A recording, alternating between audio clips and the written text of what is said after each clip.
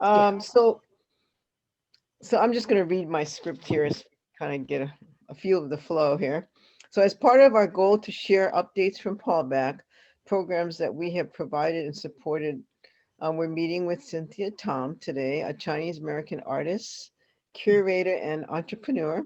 She founded Atelier Cynthia Tom, merch as meditation, products that encourage self discovery, intuition, and nurturing self care, which really complements her work in A Place of Her Own, an art space healing program for Asian and women of color. So I wanted to interview Cynthia today just to get some thoughts about her background and her involvement with Paulback later. So maybe to start with, Cynthia, could you tell us about your background and how you got into this type of work that you're doing today? It's a very creative approach to helping people. Oh, thank you, Elsie.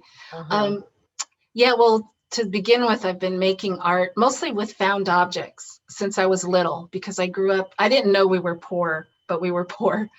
But so we used broken jewelry, broken plates, and all that. So I grew up making things, but I didn't start really formally doing art until I was in my 30s, so about 30 years ago. And for some reason, I always painted women. Like I always, all my paintings, all my artwork I've always known to paint what I wanted to look at or what I was attracted to, and not what would sell, which is unfortunate in some respects. But I always knew I had to paint what spoke to me. And surrealism always spoke to me. Mm. And then because of I started to look at my family history because I grew up being attracted to men who were violent and who hurt me. And at Mm. some point in my 30s, when I started painting, for some reason, I thought, I need to figure this out. So my parents never argued. They never even disagreed. They were pleasantly quiet, and they both were artists, and it seemed wonderful. So I started to look. I did know my dad's side because he was sold and brought in when he was 1, and then disowned when he ran away from Oakland Chinatown when he was 15. But my mom, her brothers and sisters and my cousins, largely, a lot of them were with violent or alcoholic partners, whether it was a male or female, and dominant or abusive. So I started to look at that, and then I looked at my grandmother and found out, no, and I didn't know this till I was in my 30s, but found out that my grandmother was sold and brought here by a man that basically ended up treating her like a servant. And then he died my mom was 12. She was the oldest. And so my grandmother had to go at it alone. His family wouldn't help her, and they had money.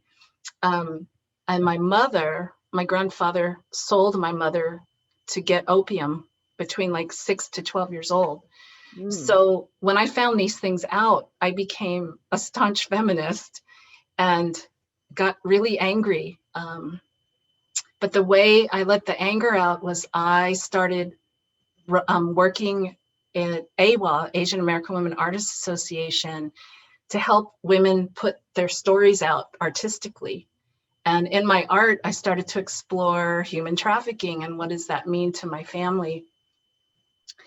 And um, Mm. and then I realized how much I've had to heal over the years, and I've used art projects and using art to heal different parts of different layers as I discovered them. Mhm. Because the trauma from as women of color across the board, and I mean, in particular, Asian women, there's so much silence and Mm. so much pain that I don't know. I think I was born to do this because I just always wanted to help people, but I try to make sure I do it from a healthy place. But I'm kind of giving you long answers, Elsie, but it's It's hard to give okay. you a short one. But that kind of led me to what I'm doing now, and I voluntarily ran Asian American Women Artists Association to make sure that Asian American women were documented, like the art was being documented and historicized, Mhm. because otherwise nobody's capturing that information. So I Mm-hmm. got this social justice thing from working at AWA, and then also from my personal family Well, experiences. when did you actually start A Place of Her Own, or maybe it was called something else? But did that Well, I program can start tell you long actually, before? no, it was when I was in the middle of running AWA, and we just became a nonprofit, I think in 2006. So Mm-hmm. flying by the seat of our pants, I thought if I'm going to work for free and work hard, I'm going to do something I care about. So I created a curatorial project, A Place of Her Own, and I invited 9 Asian American artists to create work that answered the question, if you had a place of your own, what would it be? And luckily, the DeYoung loved the idea and gave us an artist in residency, which meant we got to spend 30 days together inside the museum creating art Oh. around these topics. Mm-hmm. So what happened though is most of the women had to talk about their trauma before they could figure out what they wanted to represent as a place of their own. They had to, I had no idea that it was so bad. Um, so that just kind of brewed around. In 2010, I started kind of having little workshops where we could ask each other questions or share. And then it just grew from there. So first it was exhibitions, then we started doing a few workshops. And then in 2014 was the big semester long workshop that I did with Trinity Ordona, who's actually was a healer at SF State. Uh-huh. And then we did it a couple more times. And then 2018 and 2020, I took it completely on my own, Okay. the way it is now. Okay. So the current curriculum really just since 2018. Well, full on, right? Because Trinity Yeah. had a lot more, her Mm. focus was healing from sexual trauma and a lot more heavy meditation. And we do meditation, but to support and the art makings to just to Mhm. support the journey. Um, Hers was Okay. more academic, and ours Yeah. is more heavily focused on art, using art Wow. to change thought processes. By Mhm. the way, I am not an art therapist, or Yeah. I'm not a therapist at all. It's not. I'm just Yeah. an artist who, this is how I help Mhm. myself heal. Mhm. What motivates you to do this kind of work? Well, mostly my family history. Um, Uh-huh. and I know actually now I could say that this really, really works because we have some alumni who've been with us and they've taken the workshops at least 2 or 3 times where they're coming out of this darkness and feeling self-doubt, and they're realizing that they're Oh. very powerful. Um, and So you're I seeing just, some results really from the people that have yeah, gone through your. right. Because one of the things we do, Yeah. it's not just workshops and then over. It's workshops and now Mhm. you're alumni. And the alumni have a whole nother, it's not, I think we're gonna have to start formalizing what we do, but we give them Mhm. platforms where they can practice being in charge or being a leader or speaking up. Um, So they are still involved with you as yes, alumni yes. to keep their healing going in some ways, huh? Exactly. Because it's not, you don't get well right away. Yeah, you know, It's it's the not layers have to one day. peel. Yeah. Uh-huh. Yeah, the Well, it's layers like have to lifestyle peel. change, huh? Lifestyle change is like I want to go on a diet, but I just can't go on a diet for like 2 months. I needed to change The whole my eating vision. habit, Yeah, change yeah. my whole style of And figure out why living. you're eating the way you're eating and what's causing Yeah, it. And yeah, yeah. right. It's deeper than just, a day or so. Well, the Uh, biggest thing I haven't mentioned yet too is my commitment to the fact that everybody has to look at their family patterns to find out where you need to heal or how you need to heal. And it's not just your parents, it's your parents' parents, your great, great, great grandparents, and what was happening in your root country when your family moved here. And I'm really convinced that if people can start looking at their life that way, that you stop blaming people mm-hmm, and you can really get on with where you need to heal, because it's not your parents' fault. mm-hmm. It's not even your parents' parents' fault. It's almost like quote ancestors and It what is. It is ancestors. ancestry, your ancestry, I will say, which includes generations. And that was the Yeah. one thing I heard in the workshop. the generational stuff was really, I kind of knew it, but is to bring it in the forefront and actually really analyze it and think about it. Not many of us would do that for maybe No. beyond I didn't know my grandparents, but let's say my kids and my grandkids, right? They're not going to go beyond But somebody you know. yeah, yeah, like I can't go past my father, but I know a little bit about the people that bought him and brought him over. But you even if you could just go back one generation, you'd be surprised what bubbles up. But the key is not to blame your parents, because that's where people get stuck. They just stop and keep blaming the parents, and you never resolve anything. Mm-hmm. You have That's to have really compassion for, even that doesn't mean you have to love them for what they did to you, but you have to find the compassion and the forgiveness, because that's where healing starts. If you don't have that, you can't start the healing. Yeah. Well, let me ask you this. Is there such a thing as an ideal participant for your program? Somebody that's, quote, ready to do the work? Because I don't think everybody can go and do No. that. Well, a couple things. One is the semester-long version is a whole different animal. And we're keeping that because we know that there's very specific people who come in for that, and they tend to be community service providers or people who are aspiring to become community service providers, but they keep beating themselves up. But we're also going to start doing individual, like pull the workshops out of there to make them more, so you don't have to commit to 6 months. And I'm not sure how it'll take a lot longer to really work. But the way things are right now, we're trying to make it so we can do it via Zoom and make it more accessible to people all over. But, like the perfect audience is anyone who's ever upset their family, ask questions, because that makes you special. And that's the one thing you also learn going through the program, is that you're an ancestral pattern shifter. Like you're here to upset the apple cart, and it's to be applauded. And most people beat themselves up for being different. Wait, say that again. Ancestral pattern shifter. Yeah. Well, that's an We also say interesting family concept. pattern shifter. It's the ugly duckling. It's the person that doesn't fit into their family. They're born the family. Yeah, they're born to do that, to change things. So and the kind of person that would want to take the workshops in general is anyone that's tied up with perfectionism. Like really, that's your hungry ghost. That's the thing that causes you chronic heartache, is perfectionism, that you don't feel you're enough or you're not good enough.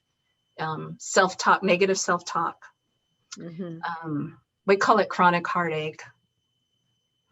If you're like, what's that? Community service providers a common audience, you think? Well, for the semester one, that's who, we haven't done it any other way yet. We're about to try. That's who tends. Semester. I'm just curious as to why community service providers would be willing to commit to a 6-month program. What makes them different, Because they've been trying to, because they're dedicated to helping, but they keep getting blocked. They're helping. Yeah. Or just people in helping professions.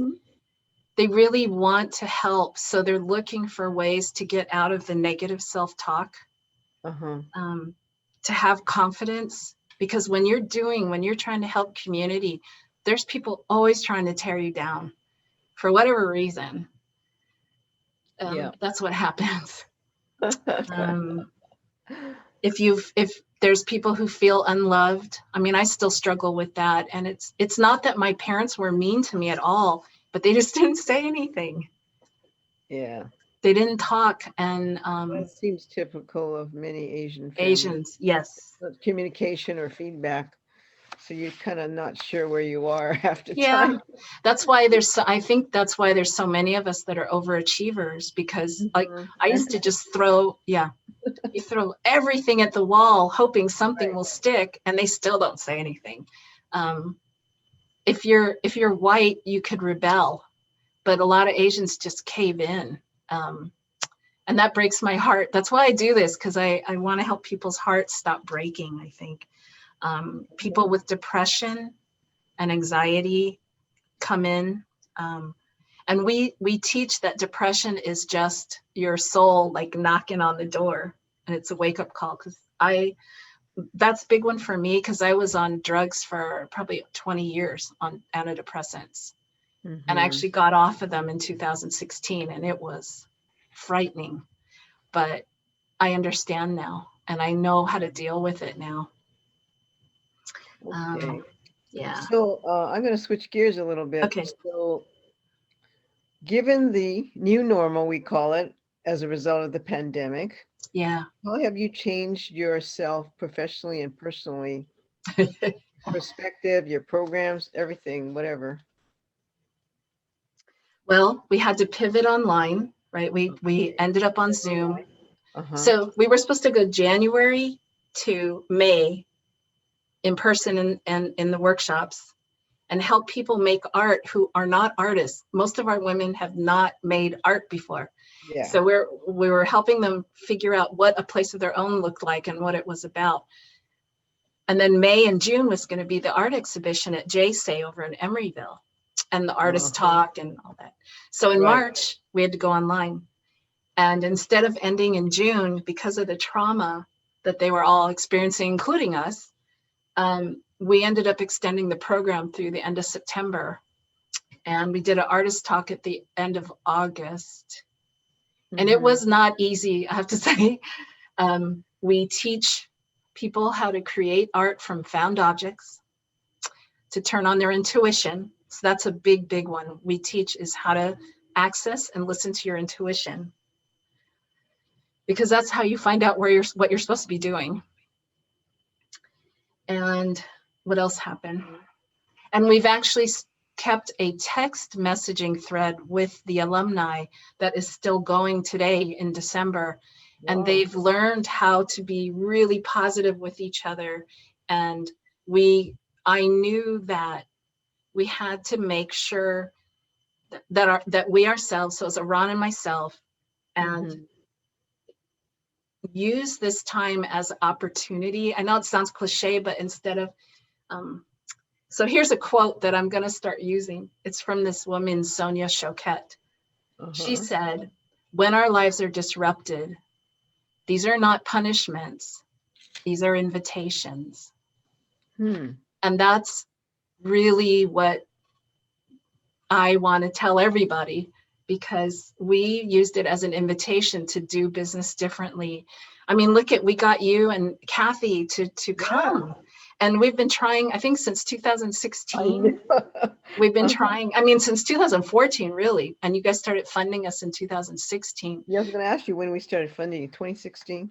That's what I have, but I can go, that's when I gave you guys final reports and things starting in 2016. We did a couple of rounds, right? Was it 2016? Well, 16, 18, and 2020. Okay, that's 3 rounds. Yeah. Okay, that sounds about right. And but I've been trying to get you guys to come, mostly through Mary before, since 2014. Well, I was trying to get you to give it at JSay, but I didn't make it then. But well, that's the beauty of Zoom. So as much as people complain about Zoom, I'm like, it's been a blessing. It's really actually more accessible for a very lot of much, very much. Personally, and we never were able to have conversations with visitors like that, where everybody's listening. And then we had a few people internationally online, which is so. Yeah, so that's a change. Wow. You increase your conversations. You had international participation. When did you start your the handbags? What I'll call entrepreneur effort. You know what? So for me, that just started. I didn't know this was happening when I took the workshop, starting in February last year. And I thought, this is nuts, because I'm learning how to do e-commerce while I'm doing a place of our own. And then when the pandemic hit, I'm like, oh my God. But I didn't realize that that's what everybody else is doing. So I'm excited that I started it, but I'm getting caught. Started in February of last year, 2019? Well, I started building it in February 2019. Because it looks really nice. I went to all your websites. Oh, thank you. Yeah, it's very professional. So I was going to put the link to your product at least that Thank piece. you. Yeah. Thank you. I need it because I'm not, And I it's haven't Christmas been, time, so people can buy gifts. thank you, Elsie, because I haven't been promoting it. And I You was need trying to to figure promote out, it right now. You need to promote it. It's early I December know. already. Take that one business. What's different in your perspective about that business since the pandemic, if anything? Has that Well, changed? my art business, no one can go to my studio. And the only way I used to sell my artwork was through open studios twice a year, where you come to my Okay, studio. right. Gone right now. It's just gone. Okay, so as a Um, result, what is the invitation or opportunity? Since we have so good, this is Elsie. using that as an example, there the change is that there's no open studios, Right. So just the like main, like me doing my own lecture online, I've never done that before. Like, why haven't I done that before? But I don't know that anybody would have gone before. But now I'm like, oh, I got to do this. But I can talk about all kinds of different things, uh-huh. um, Yeah, and your and art just, too, for that matter. yeah, I and mean, just even trust. online Yeah. galleries, I don't know what that is, but they have. Those, I don't know. I don't know if Probably, those really work. And yeah. there's so many versions now, and my art's very specific. It's very female, and it's very Asian, and it's very about healing. So um, is it on your, it's on your, CynthiaTom.com. yeah, So I don't know if I should have two websites, but CynthiaTom.com has a link to the atelier, and okay. atelier has a link to Cynthia Tom. But Cynthia Tom basically is, two-dimensional artwork, and the atelier is, these bags, these tote bags Uh-huh. and things. Yeah. Now, if Yeah. we were just to put one link, would you prefer us putting Atelier as the link? I think that would That be more accessible to sounds your, bigger, right? And more yeah. accessible and more interesting, And the frankly. prices are affordable, and it's about really shopping Because there versus, is still art on there. I noticed there's one menu with your yeah, well, artwork. that takes you to the Cynthia Tom Okay. website. And then I was going to ask you the other things, like the YouTube stuff. Is that public? The Flying Lessons, Inquire Within, and a Place of Her Own 2020 Artist Yeah, Talk? Is yeah, that that's public? all public. Even the artist talk, it's okay to publish Yes, that? please do. Because those are interesting. I mean, the first one was about you personally and your background. The other one was really interesting, about the With the art. women who went through the program. Right. And, this particular cohort has been such a blessing because they're fearless now. Like, they Ah, want people to hear their story. They okay, want people okay. to know I how wasn't far sure they've about come, that. because before it was hard because I couldn't promote, because they Uh-huh. didn't even want their photos taken. That's what you Like, had said people, earlier. Yeah, we it were was wondering. hard.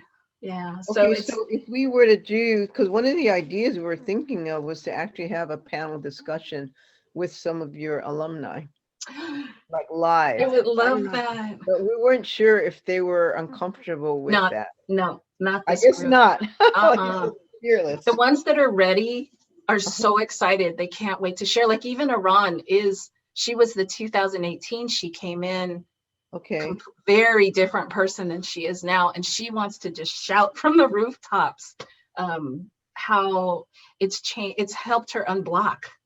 And, and then, we give her ways to test Okay. pilot what she's learned. And So you'd um, be interested in that panel discussion kind of event. absolutely, We just don't know absolutely. how to market that and who would come. I don't want to waste your time or your alumni time. You We know just, what, though? Anything that's recorded isn't a waste of time because we can put it up on YouTube, and it gives them time to practice voicing and thinking about what they want to share, and gives them a chance to, if you allow them to at least invite their family in, and yeah. Oh, that it's was interesting. I think you had one person pause. who invited her husband or somebody. Yeah. He was part of it, right? He was Well, he was actually, really we had convincing. we had three husbands on, and I was really impressed that they were on. Yeah, that was impressive. Yeah, I don't know if but my that's, husband would do that. well, it'd be interesting because you said he was interested in Yeah, he said he possibly was doing that. interested. I don't know about being, yeah, he's pretty But outgoing. because we have three men who are interested, but I don't have capacity yet.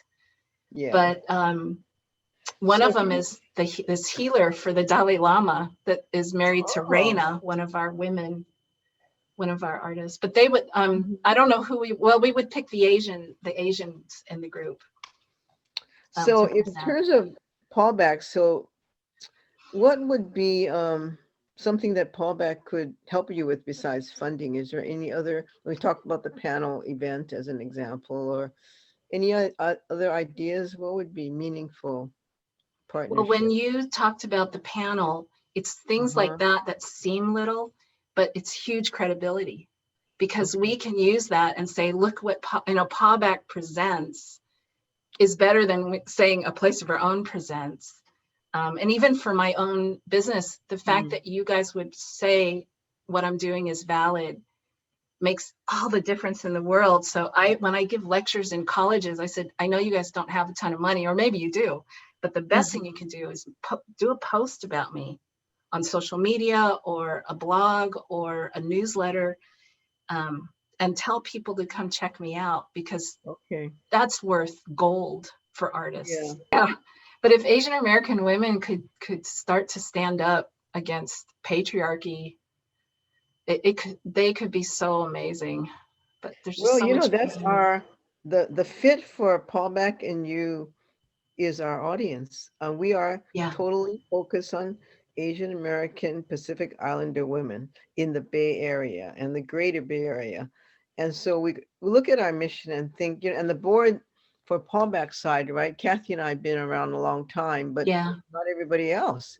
But they come from different walks of life and they give us fresh perspective and they want to do the mission. They're really sincere and compassionate Wow. about helping Asian women. So they want to expand. That's why we even started a newsletter.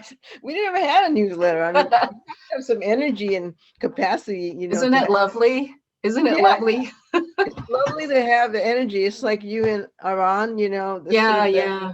They kind get of energy. excited. And I think you have enough alumni that if you say that they're really bold and want to share the word, they can help. And that's Yeah. sort of part of their healing. It just takes time because they're all so busy too with Oh, yeah. whatever their lives are. But this group has been amazing. And I would have kept it specifically, and I feel more comfortable with just Asian women, but I didn't get enough response. So, and then I actually feel comfortable with the Latin American community because that's how I grew up. I can understand Spanish, but I can't understand a lick of Chinese. But I had to open it up because Oh, I yeah. couldn't get enough. But Well, there's so much there. you What's have that? to go where the people are, and you have to Yeah, go where the people are at. And I mean, it's like in therapy too, right? If somebody's not ready, they can pay bunches of money, but they're not going to open up. They're too no, blocked. And yeah, some people require, I'm sorry, traumatic experience to get unblocked. It's yeah. unfortunate, Well, but that's what happens too. You get it's sick, good to or know. Yeah, they get sick, or somebody dies, or they, or the have pandemic trauma. happens. Yeah, pandemic, or you have an Yeah. accident. The pandemic actually has put a lot of people in trauma. Actually, Yes. more people are more ready than not. I think so. Like I really do feel like this is a blessing. I mean, it's not easy, and there are some hard parts, but I just so feel like this would have taken 10 more years to happen, or I mean, when I saw you guys in the audience, I just my heart just went, yes. I wanted Asian women to really get what we're doing. It's big.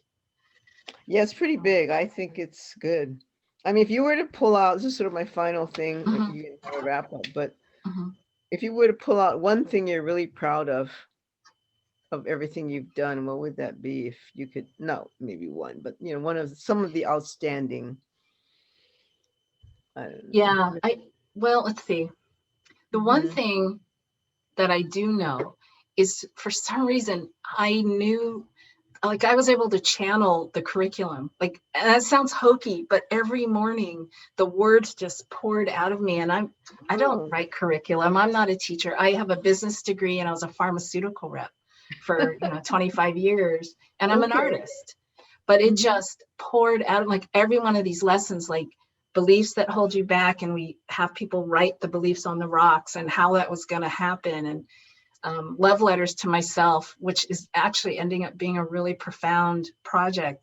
It just, like, in the morning I just had to get up and write stuff down, and 25 classes, and then I stuck with it. I was patient long enough And now I have Pas and Iran at least at the top. And then there's other people that have been coming in. Jilly Anderson, she's our one white woman who has never colonized us.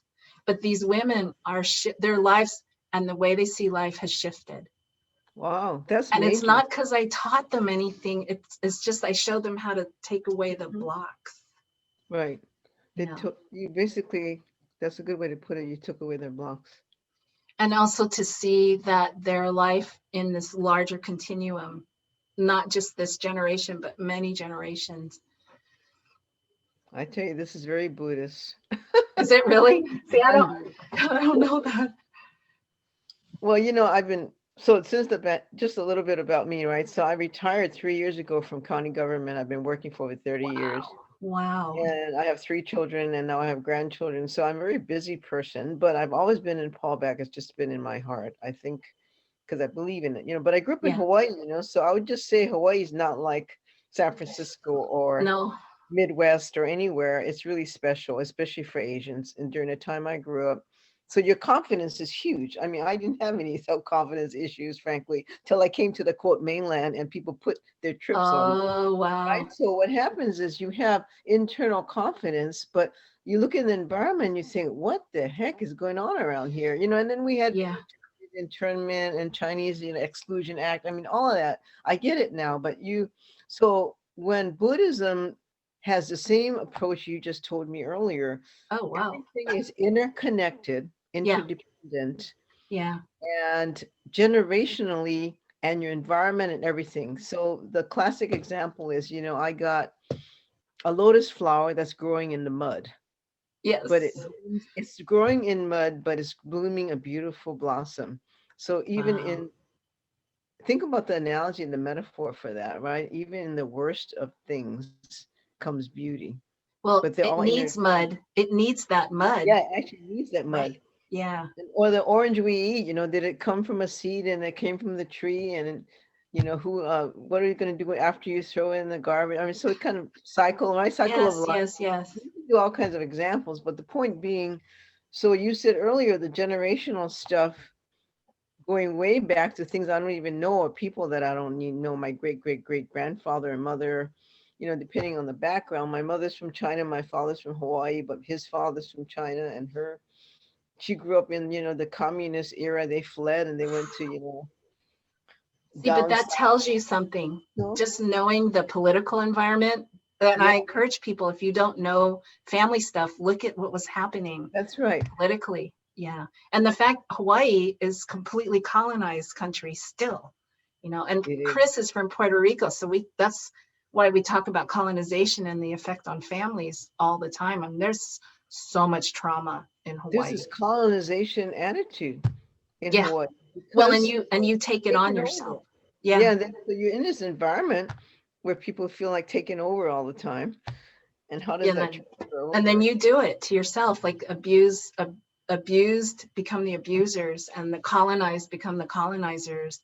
And so we're constantly having to catch ourselves, like even now as we're trying to scale up what place is capable of providing, Hmm. when we have business meetings, we're constantly trying to catch ourselves for any kind of colonized thinking, which is so inbred. um, so And that's the other thing is we could use like business mentoring support and okay, guidance, even just bookkeeping kind of okay. processes. Like Hmm. because I kind of know the business structure part, but I don't know like the processes, or how do you capture, like I have to write the MOUs, contracts with the place, anybody working with place Contract or any of the management. Yeah. facilitators. And it's overwhelming for me to try to do all this. And I have been largely doing it by myself, so I didn't have to build this thing that everybody could see. And now I'm trying to build something that everybody can see. But it'd be nice to have support from the business side. And all of us come from kind of an art side. And I did have some business, but not entrepreneurial business. That's an interesting. Okay, that's a entrepreneurial resources, if you will. When you break down the 6 month, you said earlier you were going to do individual workshops. What does that look like, the individual workshops? Well, so the first workshop we do is intuitive collage. So I get you to learn what it feels like to actually use your intuition, like right on the spot, right? So that might be a 1 or 2 session class. Then the next class, normally we start talking about the chakras, and I give really basic chakra training so you can learn where you feel bad, like your heart or your stomach, that's maybe something to pay attention to. And then while I'm teaching that, I have belief rocks. So you look at beliefs that hold you back, you start naming them, because most people don't name beliefs that hold them back. But we have you name them, and then you put some on rocks. Mm-hmm. And I don't normally tell people this, but you have to carry them around with you for a week on your body. And some people, yeah, I don't tell some people that, and they get like, Norma got these giant rocks because she wanted to have the biggest rocks, so she carried them in her purse. That was kind of cheating. How long are these sessions? An hour, 2 hours? Are they at least 2 hours, probably 2.5 hours. 2 hours each? Yeah. Can people stay on Zoom that long? It's okay. Well, because the first the half hour is more like we do grounding, you know, and maybe just do 30 seconds where people just get present. And then the end is grounding again, closing. So it's like 2 hours of work, but because they're actually doing art, I think it's manageable to do faster. Yeah. And this is just me guessing, because we haven't, even though we did. You haven't done one yet online? Well, we've done place, but the back end, we're helping them create their art pieces for a place of our own for the artist talk. We did that for almost six months. Almost 6 months, but the first 3 months we did in the studio where we're actually doing the hands-on art. We extended it to September. Yeah. And the one thing that would take a longer time though is we call it exploring your hungry ghosts, where we have you look at your family map and you map in the trauma patterns and you share with each other. I don't know how that's going to work online, but in person, it's amazing. And the other thing is the women get to know each other very closely. And before we had to go off, on Zoom, they already knew each other. So there was this closeness and a bond already. Wow. If we just do these individual workshops online, I don't know what's going to happen, but I'm willing to try because I just have this good feeling about it. And I don't think there's anything like this. Okay, so how many of these workshops are embedded in your 6 month program? I think I've really counted. There's 25 classes. Oh, there are. Okay. But there's not 25 less projects. There's more like maybe about 8 projects, I think, all leading up to then learning how to create and imagine what a place of your own is. Okay, so you took the 25 classes of 2.5 hours each. Is that the whole curriculum? Those are 3 hours each. Oh, 3 hours each. Yeah. Or even 3.5 hours. And they don't want to leave. Well, it's different when you're online, but yeah. Yeah, it is different online. And we're going to try to work with it. When we went online, we only stayed online for 2.5. It's kind of and that's taking a break in between. Yeah. Yeah. I mean, even if you did the math on that, and you say it's, well, that's 3 is 75 hours, right? If I say 3 hours times 25 classes, I'm just giving you a little estimate, So one problem with workshops is lack of continuity. It's okay for sampling, like, I'm a smorgasbord, I want to taste stuff, so I'm just going to go to this workshop. It's like one time. It's self-contained, right? So let's say I want to do belief rocks. Okay, I'm going to come out there with rocks with beliefs on them, and that's it. I'm done. Okay, I can carry them around for a week and then whatever. Well, that's why we have you come back. So that class will be either 2 or 3 sessions, because you come back and you talk about what happened while you were walking, because stuff always happens when you walk around with them and you talk to strangers, you talk to people at work. Although now with the pandemic, I don't know. Oh, so it's not just one time, it's like 3 sessions. Workshop. And then I'm not sure how to do this, but no one's read. A lot of people find out that they want to hang on to the beliefs that hold them back. They're not ready yet. So that's a layer.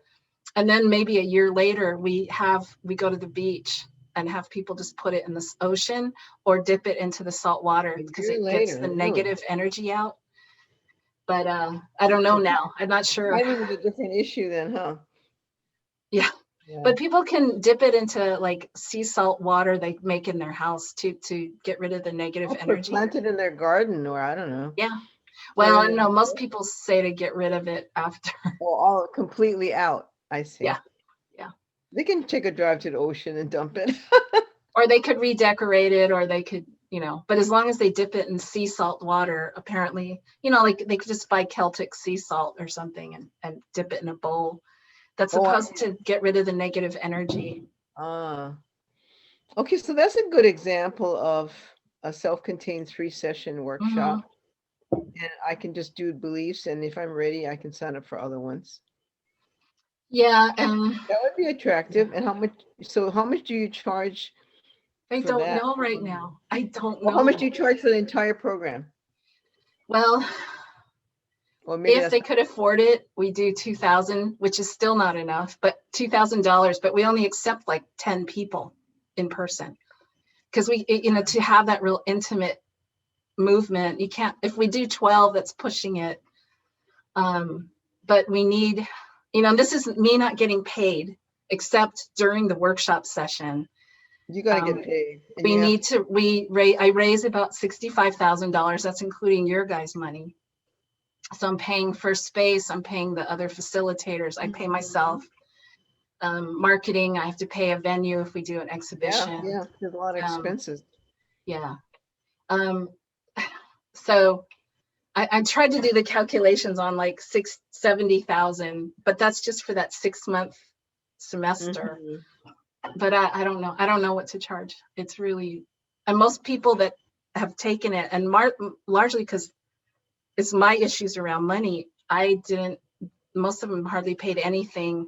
And some of the money came from you guys, but before you guys would give us like $3,000. So that helps. And a lot of times what I decided with Sherry was, and I'm not independently wealthy or anything, but we decided to hold off paying me in case some other expenses came up. Oh, gee. You gotta be careful with that. Well, I can't do that anymore. And now I really can't do it.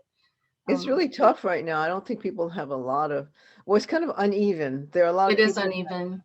That really have a lot of excess money because they're not going anywhere. They're not taking any vacations and they're not eating out. Yeah. And they have a steady income, so they have money. But the other people that are laid off, or first responders, or who really need help, right? So it's kind of opposite, right? Yeah. But it's so uneven, and there's got to be a way to. Well, that's what I'm trying to. I've been looking at how other healing groups ask for money, and the one I stumbled on said privileged pay scale. So if you're not privileged, you pay $15, and if you're privileged, you pay $75. Or could you give more to support the people that can't? So something like that. And then the other piece. So sliding scale would be yes. Yeah. And then the other side of it is I talk to my facilitators. I'm like, I don't have anything to pay you guys, but I'm giving you a platform for job skill development. And, so I created this intrinsic menu of pay. And I if you need a job, you refer them to me because I have credibility. Well, I worked really hard for that. Oh, yeah. So I can make you look good, but that's worth something. So I'm finally claiming that stuff.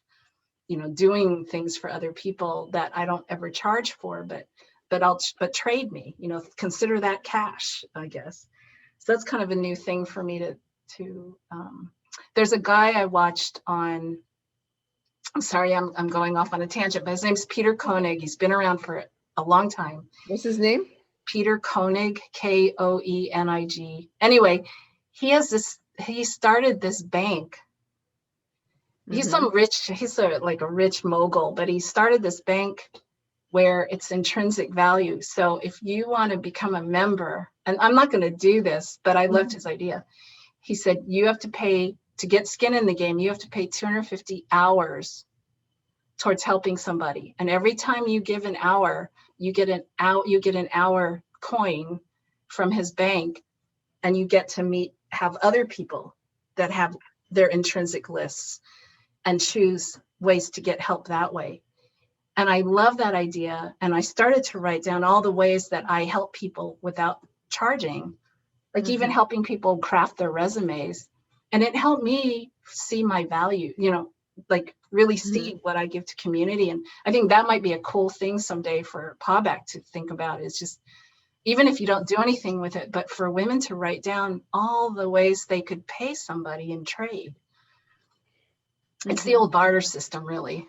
Yeah. But I love that idea. And we're going to try to make that part of internally for place, like how we take care of each other, besides cash, because cash is thin. Cash is. Yeah, our funders, our two main grant sources are,